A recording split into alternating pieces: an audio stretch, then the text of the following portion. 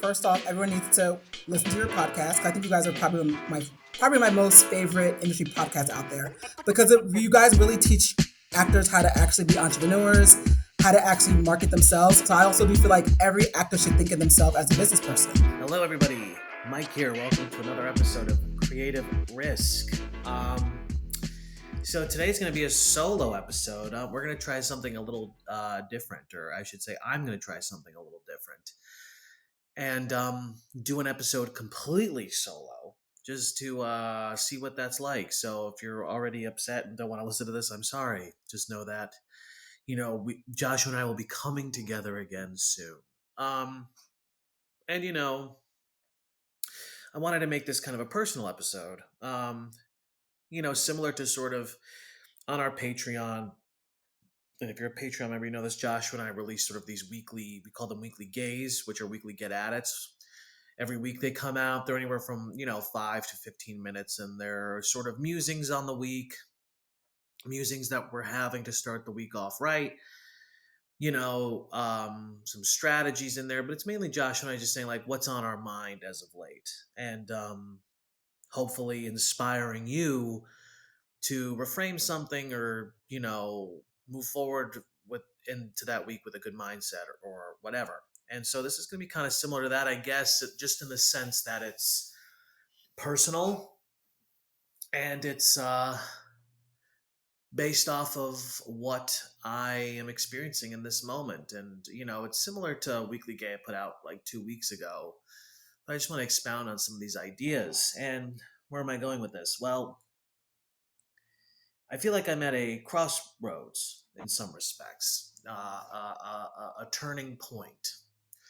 And I've been here before where basically I'm either going to quit or I'm going to lean in more to my dreams, right? And I feel like I'm at this crossroads. And I kind of want to discuss what this moment is for me and sort of why I'm here and what I'm learning. I think it's important to be honest on where things are in my life at the moment. Um, yeah. So, if you've been listening to this podcast really as of late, Joshua and I have been having a lot of really interesting conversations.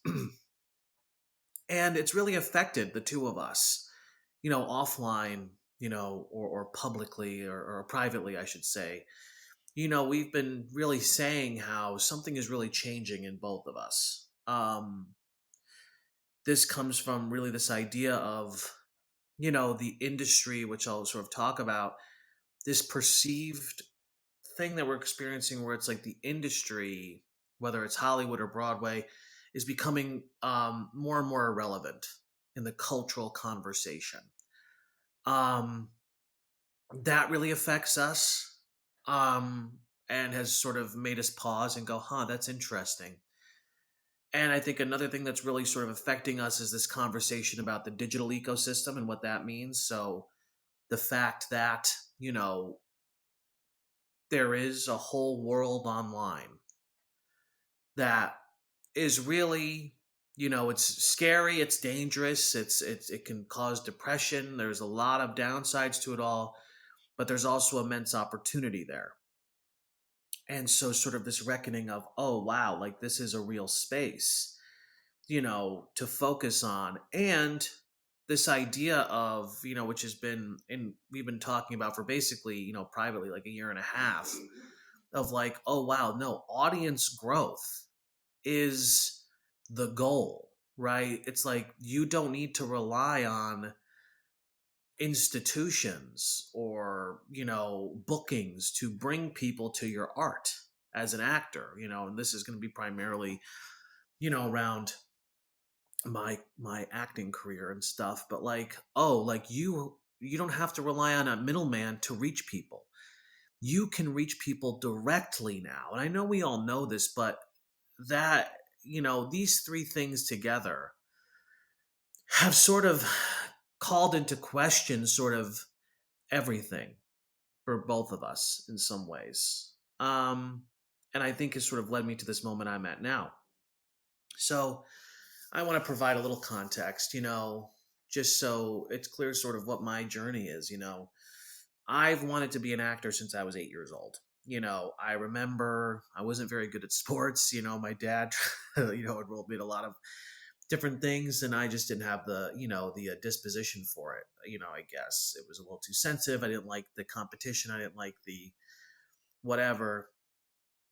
And I discovered, community theater at a very young age, and stepping on stage is where I shined, the most. It's where I felt the most at home.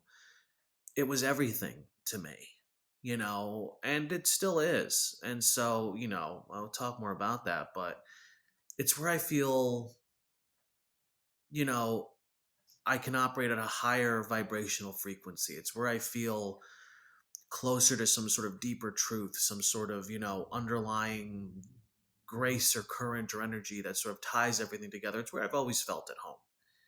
And it's all I've ever wanted to do is to be an actor, right? Um, I had my community theater in Waterbury, Connecticut, Seven Angels Theater, and I there was a performance lab, which was or the Warner Theater in Torrington, Connecticut, which had this school program. We all know these types of things, right? And I was involved in performance labs. So, at a very young age, I wasn't just doing musicals, I was doing straight plays, when I was like 10 years old, because the woman who ran this was really adamant about that. And I loved it. I just loved performing. I loved being in front of people. I loved performing. And, that transitioned to me sort of the big leap I took was, for high school was there was something in Connecticut called the Greater Hartford Academy of the Arts, which is a magnet school. Now it works as it was a half day program at the time. So people all over Connecticut would go to their public schools, their local public schools half the day. Then you would get bussed in right around noon, and you would everybody would get bussed into the academy, it was called, in the middle of the ghetto in Hartford. And, it was this amazing space. And, you'd be there from like 12 to like, 4. Then everybody would get on the bus and go home. And, you were also doing rehearsals. So sometimes you were there from like 12 to 8 or 12 to 9 even. And the academy was just a incredibly magical place. And, we were learning Suzuki and Chekhov and for my freshman year of high school and sophomore year of high school. And it was had such amazingly well-rounded teachers, Meisner even, in high school. And it was just really, really cool. And, that's where I felt like, you know, I had status because I was a very good actor, and I am a very good actor. I think I'm a really, really great actor. But I had status there, right? And I had standing because I was really good at what I did. And I felt confident. It's like I could take up space in a room and feel good about it. Like as we would collaborate on building devised pieces or whatever. Like I came out as a leader in those spaces, and it was really, really magical.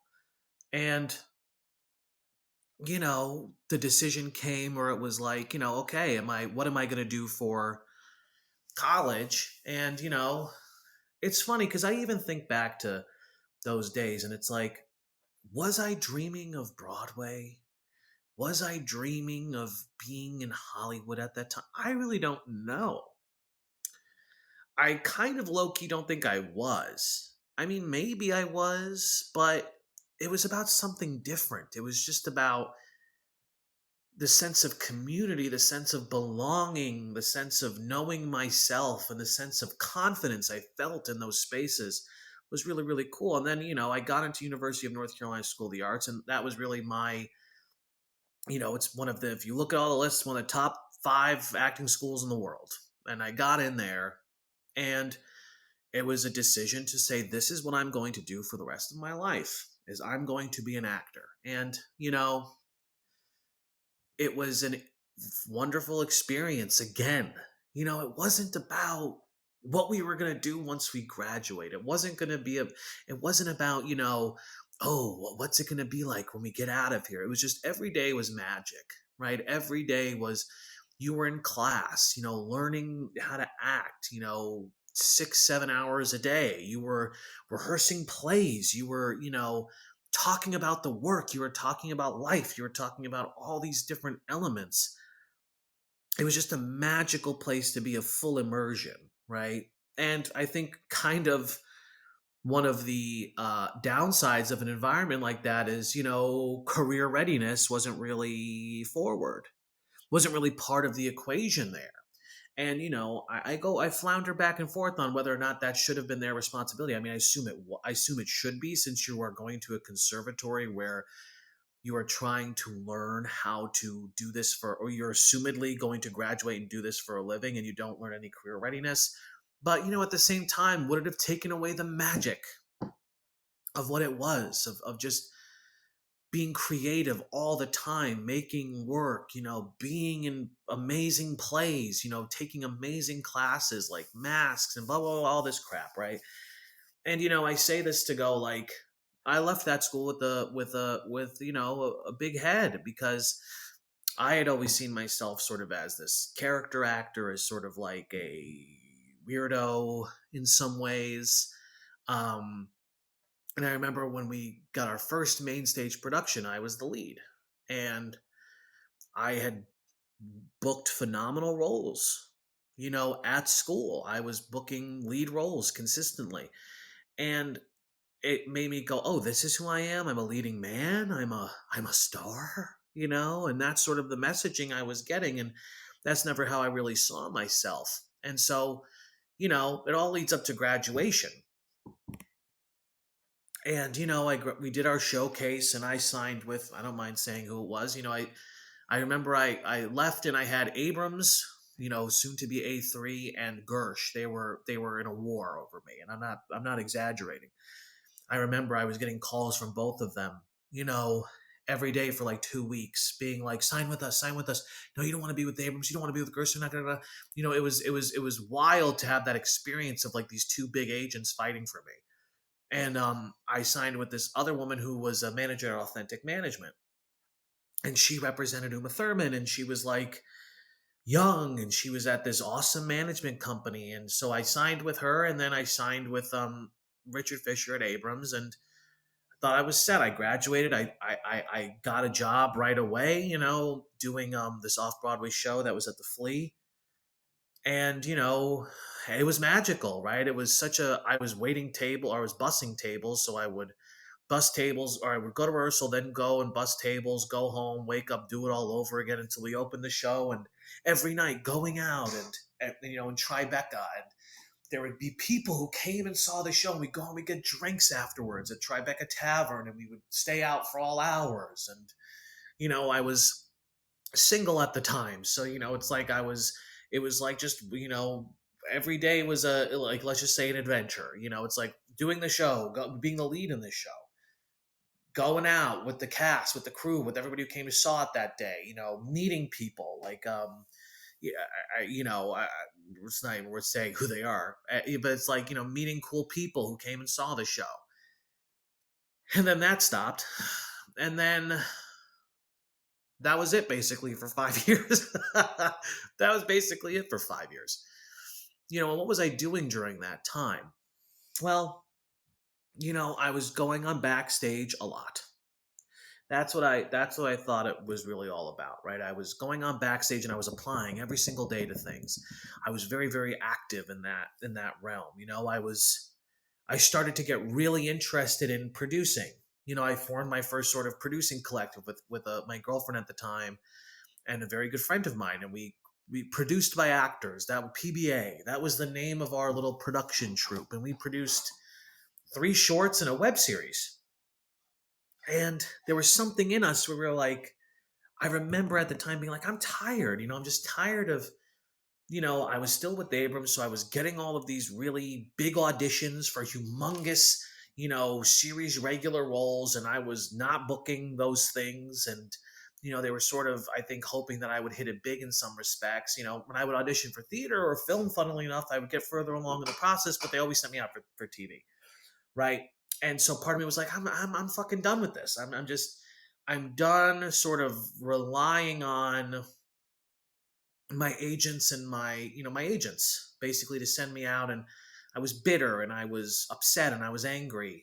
And so that's sort of where the producing came, and we were producing a good amount, and it was fun. It was interesting. It was hard because, we had survival jobs and whatever. I had a survival job and whatever. That sort of fell apart because working with a romantic partner can be challenging, right? So that fell apart, and then I was waiting tables, I was doing all that. I had done off Broadway a couple times here and there. Never. There was one project I did with Bridge Production Group that I really, really enjoyed. They were really cool people, but nothing really. A lot of stuff that wasn't really worth my time. And then my agents dropped me. And many years before that, basically 2 years after signing her almost, I got dropped by my manager, who turned out to be a really, and I heard from many people, a very bad person. She would, say things like, "You're ugly," or "You need to practice your faces in the mirror because your self-tapes, you look weird." And this is someone who eventually left Authentic without telling any of her clients to go work at another agency. And she just sort of abandoned like 30 clients or something like that. So that she was fucked up. But Richard had dropped me, and there was this, he would tell me during meetings, he would be like, I push for you every time, that I believe in you, I think that you can book something, and da da da. And it's like, I appreciate him, but again, this idea of booking and about da da da, and I was not falling short, and I wasn't doing this, and sort of it's amazing how quickly you get sucked into the rat race, right? You get sucked into this sort of survival mentality and this booking mentality and blah blah blah, whatever. And then it took me 5 years, and I booked my real, besides that first job I got out of school, I booked my first real professional job, you know and it was on a fluke. It was, my dear friend Drea Brown, who works at Broadway Advocacy Coalition. She was doing a national tour. She just came off a national tour of Bedlam Theater's productions of St. Joan and Hamlet. It was a 4-person production, and then they had a mini tour planned. And one of the guys had dropped out last minute, and they had 2 weeks to fill this track. It was 2 3-hour-long plays with 4 actors, And she recommended me, and Eric Tucker called me and said, "Listen, I trust Drea. You got the job." He never even saw me act, didn't know who I was from Adam. He was rehearsing The Crucible here in the city, which ended up being a big hit for them. So I never even met this guy. I had a 10-minute conversation with him, like, "Listen, go do the show, whatever." His assistant director was the one who directed it, blah, blah, blah, blah, blah. And that was my first job. And I worked at Alabama Shakespeare Festival, which is, very, very reputable thing. It was Lort B Theater. And I was making good money, and I had this great credit, and I was so excited, and with this great company. And then we went to Gulf Shore Playhouse, which eventually became a Lort Theater. But they paid phenomenally, and they'd been around for 10 years, and it was a theater that was doing a lot of cool stuff. So here I am. I finally had these 2 professional regional theater credits. 2019, end of 2019. So I was, I don't even know how old I was. I was 27. I was 27. And I came back the winter of 2019, and I was like, great, this is it. This is it. Now everybody's going to want me. I have no reps, but I have 2 credits now. I'm going to be good. And I signed up for like 10 pay-to-plays that winter. I signed up for 10 pay-to-plays. And, with casting directors, with agents, managers. And I thought, great, now I'm really ready to be seen. Now these people are going to want me, right? And I had such a weird experience because I did all these pay-to-plays, and I remember it was a fluke where every single one of those pay-to-plays, I just saw phenomenal actors. I was in class with phenomenal actors, and people who could have been on Broadway, on TV that day. Just phenomenally talented people. And we were all here taking this class, trying to get seen by this fucking casting person or this agent. And I was just like, whoa, whoa, whoa, whoa. That was sort of my first hit. Because I said to myself, oh, this has nothing to do with talent. Talent's a prerequisite, but this really has nothing to do with talent. Look at how good all these people are, you know, and we're all in the same boat. And I had just come off my first professional job, and it was the first time I had ever questioned if this is what I wanted to do with my life. Because I saw I was going to have to be more than just a good actor. That's all I cared about, was being a good actor. All I wanted to be was to be a good actor. That was my whole identity, right? I went to conservatory. It's all I had ever done since I was 8 years old. All I thought you had to do was be the best and be a phenomenal talent. And looking at these people, it became clear to me that, oh no, that's not enough. Because here they all are, and we're all in the same boat. And so that was the first time I really questioned if this is what I wanted to do with my life. Because I just saw I was going to have to give more and do more, right? So that was my first crossroads of like, is this what I'm going to do? Am I willing to do all the other shit, which I didn't even know what it really consisted of at that point? I had an idea because I had worked with Joshua Morgan when he was running Artist Strategy as a solo enterprise. And, you know, I learned some things. So I knew that there was networking. I knew that there was marketing. I knew that there was self-producing, which I had already done, but self-producing strategically. I knew that there was all these other elements at play that it was going to take for me to actually act for a living. And so I ultimately decided, yes, that is worth it, right? Yes, I'm willing to do all of that other bullshit to act for a living, to keep acting.